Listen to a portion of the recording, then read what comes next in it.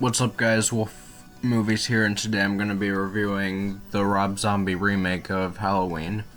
Now, I just want to say real quick that I have never seen a Rob Zombie movie before. I have heard that his movie House of a Thousand Corpses is good, but I haven't seen it. So this is the only Rob Zombie movie I've ever seen, and I'm going to be completely honest, it kinda sucks. So here's my spoiler for your review. So yeah, I don't like this movie. There are many reasons I don't like it, but I can't go into too much detail on them because they go into spoiler territory. So I would just stick to the original. But if you are still curious, then go ahead and watch it if you want. Now onto my spoiler-filled review.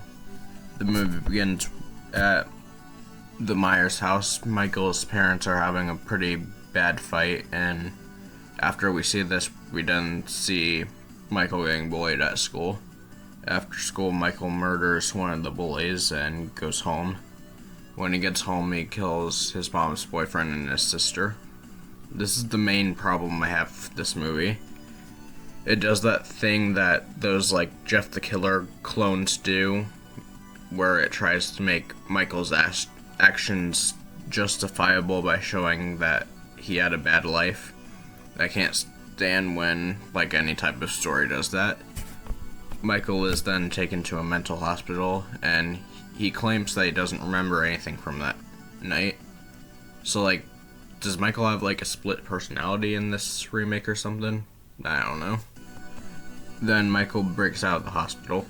Pretty much after he breaks out of the hospital, it just becomes pretty much a direct recreation of the original, just with more gore and nudity.